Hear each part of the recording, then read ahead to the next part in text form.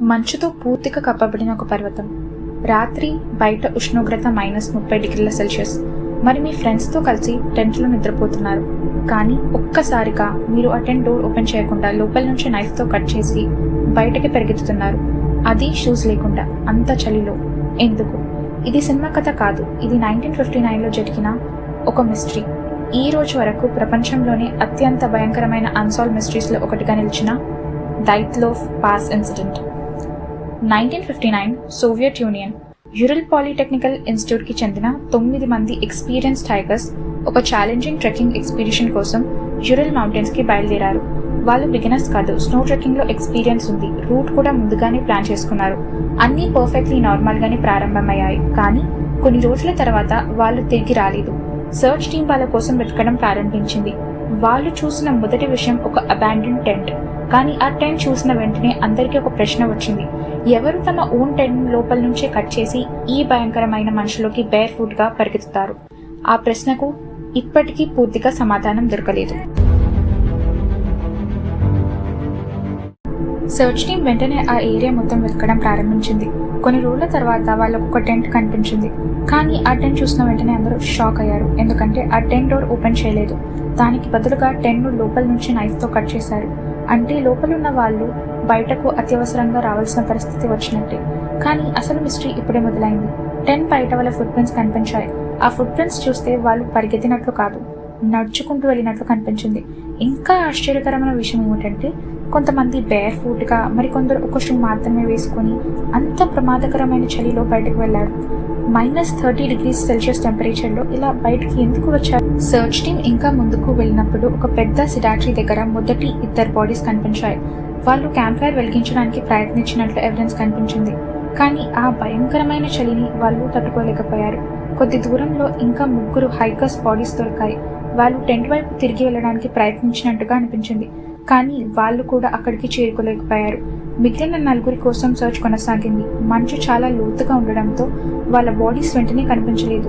కొన్ని నెలల తర్వాత మంచు కరిగిన తర్వాత ఒక లోయలో వాళ్ళను కనుగొన్నారు. కానీ ఈ 4 పరిస్థితి చూసి ఈ కేసు ప్రపంచవ్యాప్తంగా సెన్సేషనల్ అయింది. ఎందుకంటే వాళ్ళలో కొందరికి తీవ్రమైన ఇంటర్నల్ ఇంజురీస్ ఉన్నాయి. అవి సాధారణంగా పడిపోవడం వల్ల వచ్చే గాయాల్లా కనిపించలేదు.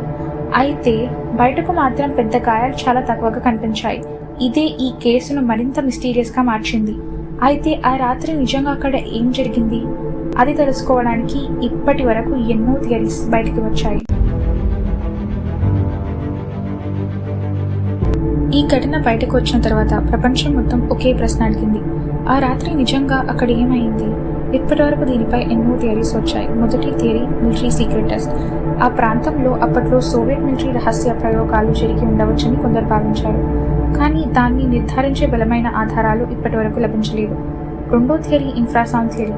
బలమైన గాలులు పర్వతాల మధ్య ప్రయాణించినప్పుడు మనకు వినిపించని చాలా తక్కువ ఫ్రీక్వెన్సీ సౌండ్ ఉత్పత్తి కావచ్చు. కొంతమంది శాస్త్రవేత్తల అభిప్రాయం ప్రకారం అలాంటి శబ్దాలు తీవ్రమైన భయం లేదా గందరగోళాన్ని కలిగించి ఉండవచ్చు. అయితే ఈ థియరీ కూడా అందరినీ పూర్తిగా ఒప్పించలేదు. మరికొందరు ఏలియన్స్, యటి, పారానార్మల్ ఫోర్సెస్ లాంటి థియరీస్ కూడా చెప్పారు. కానీ వాటికి ఎలాంటి శాస్త్రీయ ఆధారాలు లేవు. అయితే 2021లో ఒక కొత్త సైంటిఫిక్ స్టడీ ఈ కేసుకు మరో కోణాన్ని చూపించింది. ఆ పరిశోధన ప్రకారం ఆ రాత్రి అక్కడ డిలీట్ స్లాబ్ అవలాంచ్ అనే ప్రత్యేకమైన అవలాంచ్ జరిగి ఉండవచ్చని శాస్త్రవేత్తలు వివరించారు. వాళ్ళ అంచనా ప్రకారం మంచు పూర్లో ఒక భాగం ఆలస్యంగా జారి టెంట్పై భారీ ఒత్తిడి తీసుకువచ్చి ఉండవచ్చు.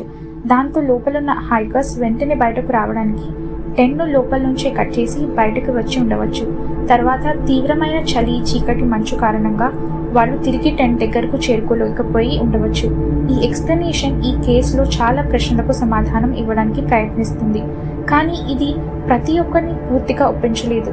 అందుకే దైత్లోవ్ పాస్ ఇన్సిడెంట్ ఇప్పటికీ ప్రపంచంలో అత్యంత చర్చించబడే మిస్టరీస్లో ఒకటిగా మిగిలిపోయింది.